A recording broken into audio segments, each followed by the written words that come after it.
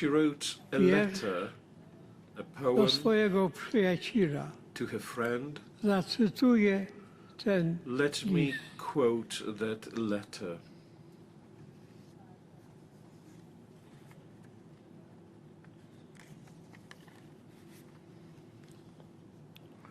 Odjeżdżam gdzieś tam, I'm going bardzo daleko, somewhere there, do to a very stacji distant place, nieznajomej, której a nie ma station na that is żadnej unknown, mapie. for it is not in Nad any map. dworcem niebo wisi There jak is wielkie the sky hanging czarne over the station wieko. like a huge Lokomotywa black lid. krzyczy The engine głosem shrieks bitego with the człowieka. voice of a beaten man. Kolejarze mają The train twarze drivers jak have the papier. faces of Mam z sobą paper. tylko jedną All I have with walizkę me is just i one jeden suitcase żal, and którego one nikt nie grief próbował zgłębić. that no one's ever tried to plummet. Bardzo spokojna, I'm so very I to, composed, czego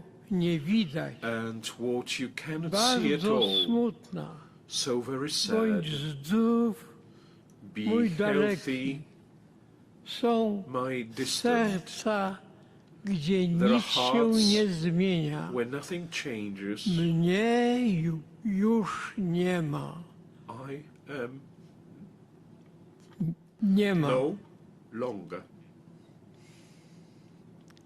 No longer. Poproszę obecnych o May I ask powstanie all the present minutę milczenia. to stand up for a moment's silence?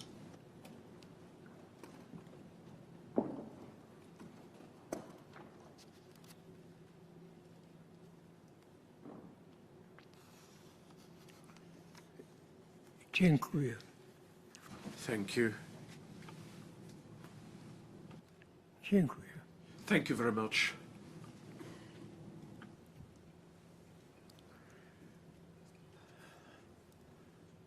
Drodzy przyjaciele, Dear friends, o co najmniej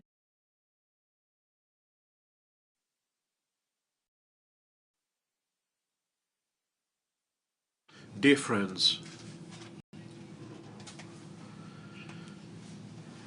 for at least 2,000 years of our civilization, we've been accompanied by a vision of apocalypse.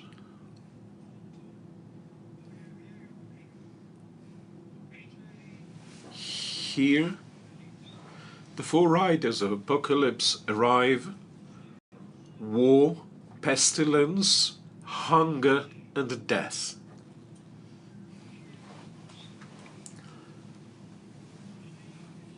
People are perplexed with fear, paralyzed with that fear. And they feel absolutely helpless. What can be done? At this point, I would like to quote a song that certainly many of you would recognize if I hummed the tune, but don't worry, I'm not going to sing. But all I want is to draw your attention to the lyrics, because these lyrics are exceptionally inspiring. The author of the lyrics is Rabbi Nachman of Bratslav, who was better known as Rabbi Nachman of Humain, because that was where he had his body buried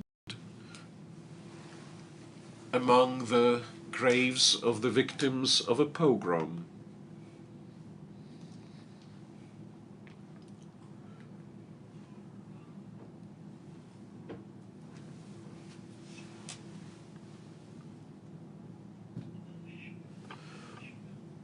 all our world, the whole world we have,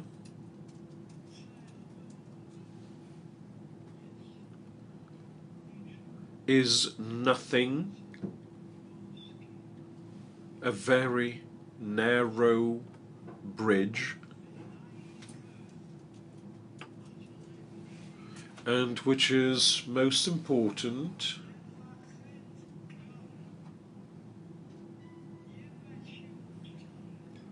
one must not be afraid at all.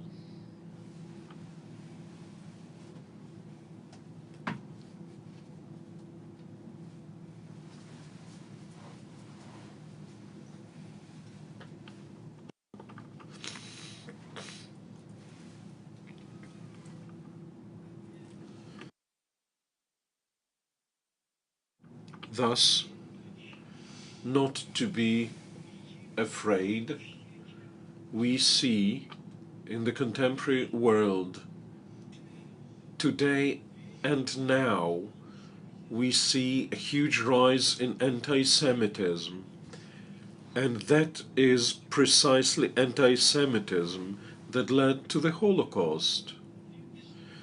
Deborah Lipstadt called it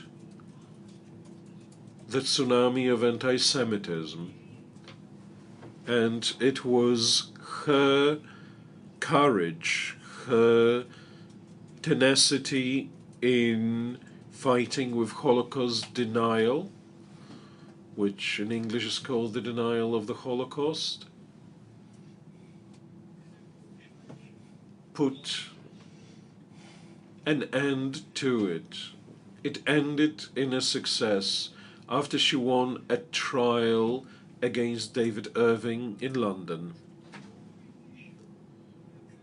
Let us not fear demonstrating the same courage today when Hamas attempts at denial of the massacre of the 7th of October. Let us not oppose the conspiration theories saying that all the evil of this world results from a plot started by some indefinite social groups, and Jews are often mentioned as one of such. Let us not fear discussing the problems that torment the so-called last generation. These young people may disturb our social order, they may disturb our system of truth, yet whether the judge has pronounced the sentence when he uttered those memorable words, perhaps today I sentence tomorrow's heroes. Let us not be afraid to convince ourselves that we can solve problems between neighbors, because for centuries, on many continents, many nations, many peoples, and many ethnic groups have lived and have had their homes among one another and between one another.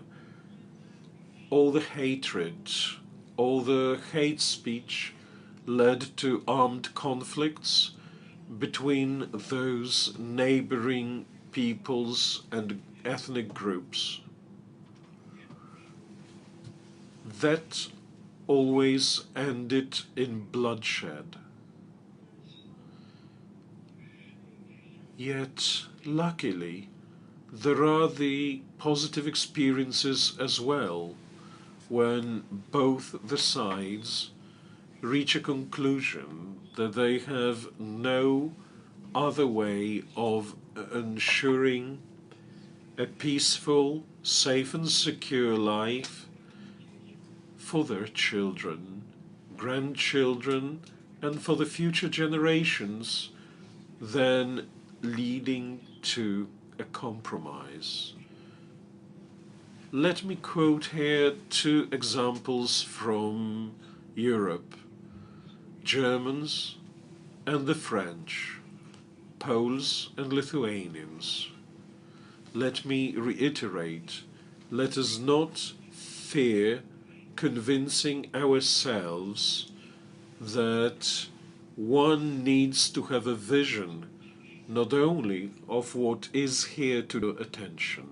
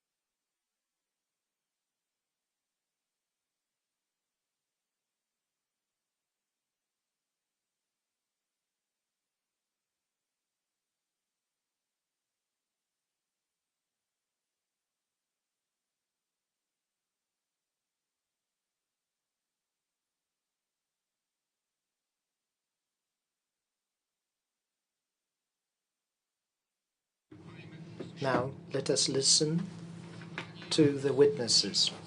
May I ask a survivor, Ms. Janina Iwańska, to take the floor.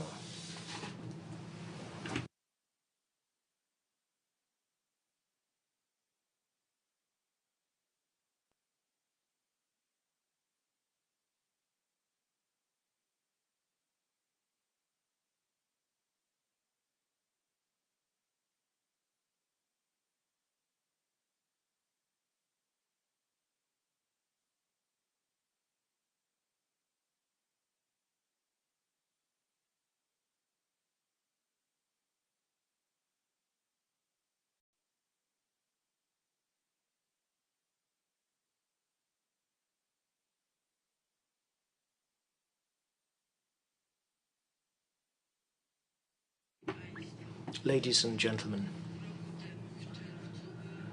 half a year ago, in June, I was here to commemorate the first transport of inmates to Auschwitz. These were Polish inmates that had been moved here from Darmstadt. 728 people altogether. This was the 84th anniversary of the first transport. This is the 80th anniversary of the camp liberation, when the camp stopped its operation. 4.5 years. This is how the camp operated. Now, this camp changed significantly. Originally, it was a camp for political prisoners, people who were not happy with German occupation. These were mostly Poles, mostly adults. Then, Poles were no longer allowed to form associations, including scouting. This is when younger people, boys, would be moved here, teenage boys, for their activity in the scouting, Polish scouting movement. So, for a time, most of the inmates were Poles here. Then, this camp turned into a camp for Soviet POWs. Tens of thousands of POWs were moved here. But these were not, or rather this camp became a labor camp. So firstly, in August, those Russians and Poles would become subjects. They were used to test various killing gases to see which gas would be the most efficient. Then in September 1941, those Soviet POWs that survived were moved to Brzezinka, the village of Brzezinka. This is where we are, and this is where, when then started building the Birkenau camp. And they worked throughout a very heavy winter. Remember, winters here were truly tragic. Lots of poverty, lots of very hard work, and little to eat. If you disliked anything, you would be killed. March 1942, this is when the camp was commissioned. 12,000 survivors were moved here, but only 500 survived. Once Birkenau was ready, women would be brought in, because until that point there had been no women.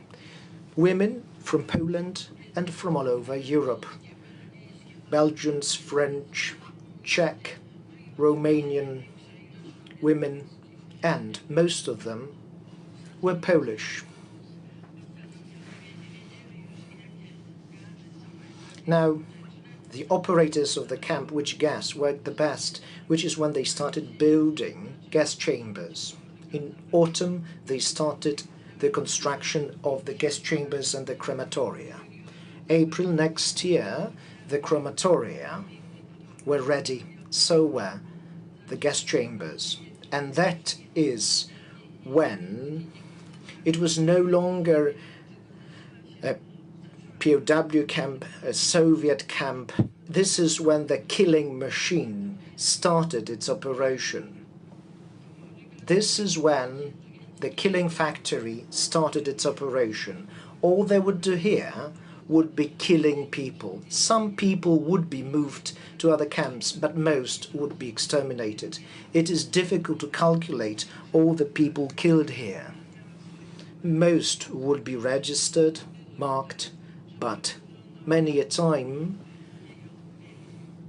inmates, people would be brought in here from other countries, and they would be driven directly to gas chambers and crematoria.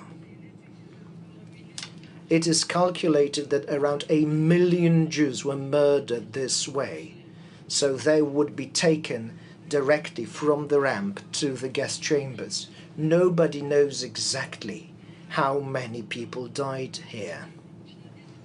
Now, the year was 1943. Apart from Jews and Aryan people from all over Europe and other continents, including Asia and North America, they would bring in Roma. They called it the gypsy camp. Roma and Sinti would be put there. They called it the family camp. Families would be brought in here, Roma with their wives and children. Dr. Mengele would take care of them. Even before the war, Mengele actually had conducted experiments aimed at proving that the German race was superior. All the others were inferior, and the Jews and the Roma were basically inhuman, so they should be exterminated. The Roma were brought in here in whole families because he specialized in conducting experiments on children. Where you had a family, there were also children then, and they, or rather then, he would experiment on newborns, on babies. Many Roma died here because of diseases, misery. Now, in August 1943, there were as many as 4,000 Roman Sinti living there. There was this night of the 3rd. They were all taken directly to gas chambers. In the morning, on the next day, not a single living Roma or Sinti was there, because Mengele had completed his experiments and he no longer needed the material to work on. So it was August 1944, close to the end of the war. That is when the uprising broke out on the 1st of August. It was an uprising against the Germans. The Germans were to leave the city because the Soviets, the Russians, were on the other side of on the other bank of the river. Poles rose because they wanted to win the capital, but the Germans would return and started destroying the capital. They were given orders to flatten the city. All the inhabitants of the city were to be exterminated. In the first 6 days, in the district of Wola, 50,000 civilians were killed. They would be dragged out of their homes and flats and shot on the street. Their houses would be set on fire. I lived in the very same neighborhood, so a bit later they would be there too.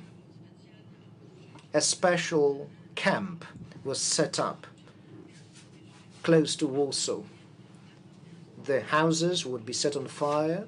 People would be brought to this camp in Pruszków, a temporary camp, and segregation would take place there. Those who couldn't work would be taken first to Germany for forced labor, and then they would be moved to concentration camps. August the 12th, this is when I was transported here to Auschwitz-Birkenau. Tens of thousands of Warsavians were moved here. Many women were moved to Ravensbrück and men to Buchenwald and other camps in Germany. Also here. So what are we celebrating today? We are celebrating the liberation. This is when the camp stopped its operation. When it happened, there were few inmates. The Germans were truly perfidious. You could hear the shots of approaching frontline, and yet they decided to take the inmates out of the camp and move them elsewhere. So those that had stayed were the sick, the young, pregnant women. So when the camp was liberated, basically only 5 to 10% of inmates were liberated. 100,000 inmates were taken out of here. They were forced on the death march to Wodzisław and then to other camps. Ravensbrück and one more camp were my stopovers, so I was liberated truly later. People use this expression, prison or concentration camp. It seems innocuous. People were kept there, but the thing is, this camp had been undergoing a number of metamorphoses until it morphed into a killing site. I would like to read a quote to you. The war finished in 1945. People all over the world were in euphoria. Never again was the slogan. People believed that the war would never happen again. Picasso painted this dove of peace, and yet there were people who made certain predictions. They predicted that it is impossible for these things never to happen again, because people became so inhuman that it might happen again. In 1950, a Polish writer and essayist wrote something about the war. Now, he wrote a lot about the war and war in general. He published these articles, these columns,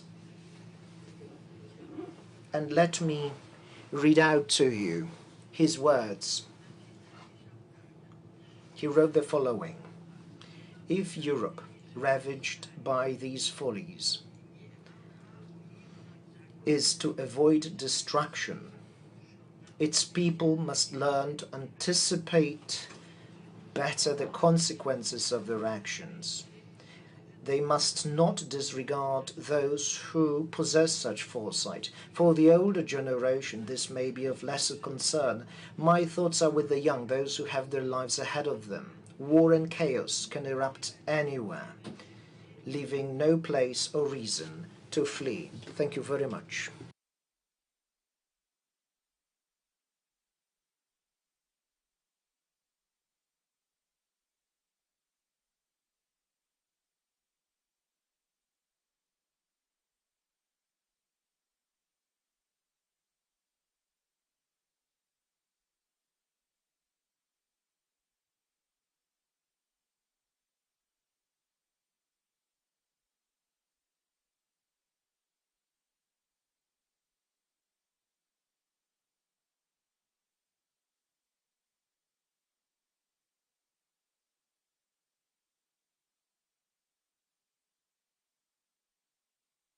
Ladies and gentlemen, may I now ask Ms. Tova Friedman, Auschwitz survivor, to take the floor.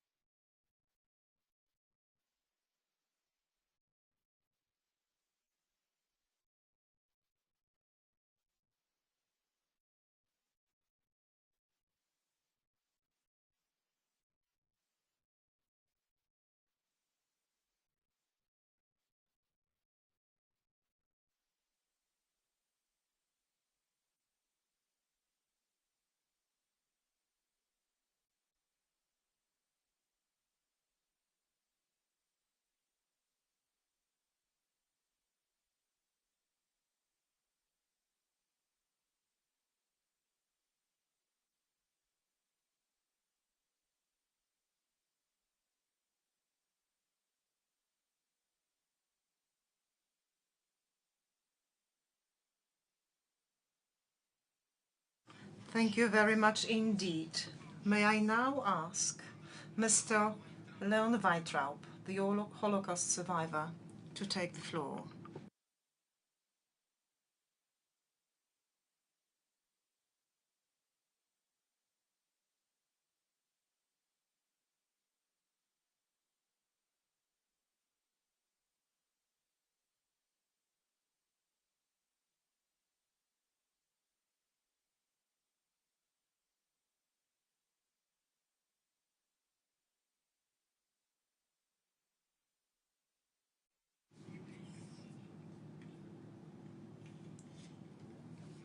Dear esteemed survivors of the Nazi concentration camp, distinguished representatives of governmental, organizational, and religious authorities, dear guests from near and far, I was born in Łódź on the 1st of January 1926, so I am 99 years old. After my father's death, when I was just 18 months, this was 1927, my mother converted all available resources into capital and she opened a small laundry business at Kamienna Street, which is now Włókiennicza Street. And then the entire family, comprising of my mother and her 5 children, we occupied just 2 small rooms. This is where we lived and this is where she worked. Now, I started my primary school and I was a good student. So after the 6th grade, I got admitted free of charge to a Pilsudski gymnasium at Sienkiewicza Street in Łódź. And I was about to start my further education on the 1st of September 1939.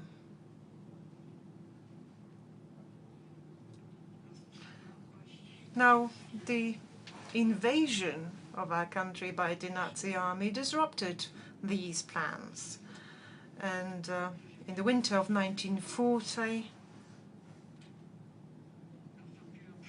we were forcibly moved to the ghetto Litzmannstadt that the Nazi established. While in the ghetto, I worked in the Metal 1 department, and I spent them there almost 5 years. 5 years of hard labor and constant hunger. In August 1944, the liquidation of the ghetto began, and we were deported to Auschwitz-Birkenau. My mother and her sister, my auntie Eve, were murdered on the same day in the gas chamber, and then they were burned in the crematorium. And then we were stripped of all our humanity. First, we were stripped naked and robbed of all our personal belongings. Then they brutally shaved all our hair, quite often with painful skill removal, which was so painful when carbolic fluid was used to disinfect. And then we were dressed in rags. Trousers, shirts, jackets. And then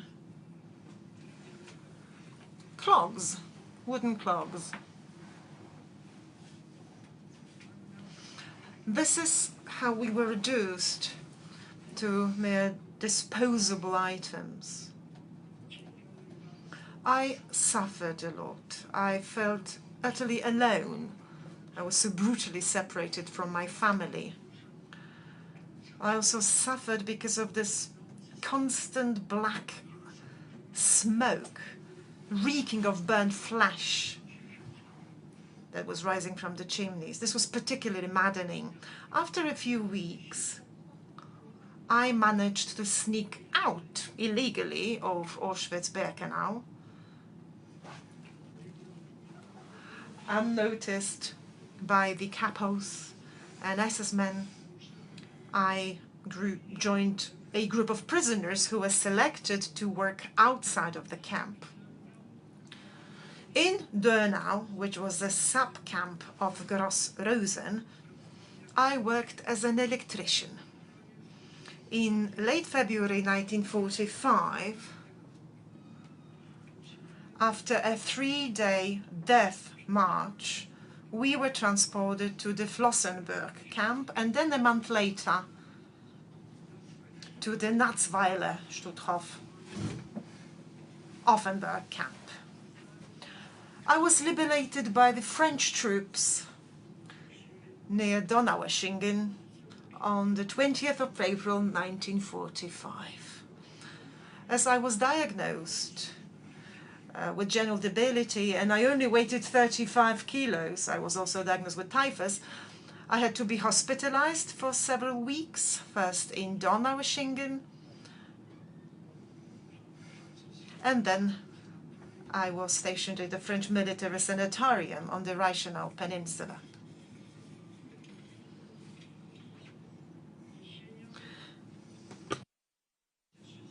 In the autumn of 1946, I started my medical studies in Göttingen. I returned to Poland in November 1950, and after graduation in 1954, I worked at the Clinic of Obstetrics and Women's Diseases of the Medical Academy in Warsaw. But owing to rising anti-Semitism in Poland, I lost my job in February 1969, where I was the head of the obstetrics and gynecology department in Otwocz Hospital. So in September 1969, I emigrated to neutral Sweden together with my family. Today, we are celebrating the 80th anniversary of the liberation of the Auschwitz camp.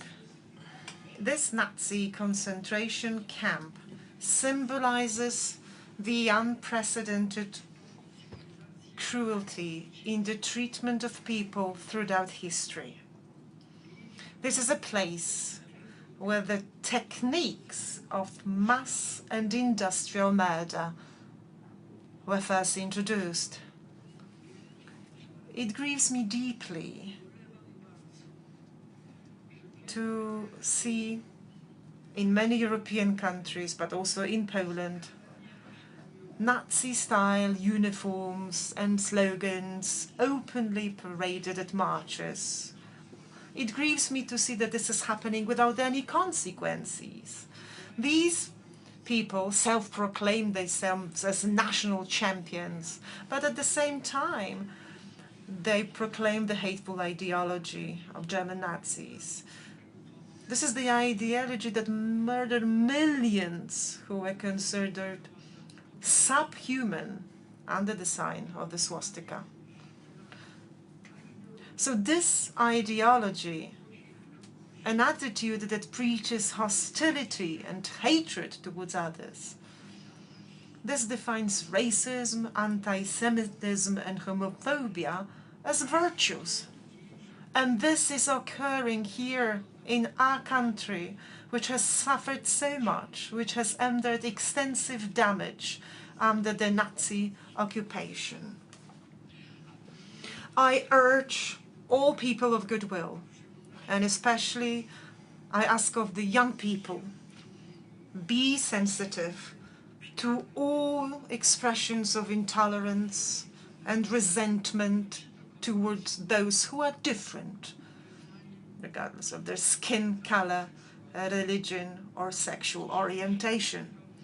In today's digital world, it is so incredibly challenging to distinguish between genuine intention and the pursuit of popularity, the need to exist that stems from a conscious and persistent agenda. I repeat, therefore, be attentive and be vigilant. We, the survivors, we understand that the consequence of being considered different is active persecution, the effects of which we have personally experienced. And we did experience it very hard. So let us be very serious, and let's take seriously what the enemies of democracy preach. They generally seek to implement the slogans they promote. If they succeed in gaining power, we must avoid the mistake of the 1930s, when the world failed to take seriously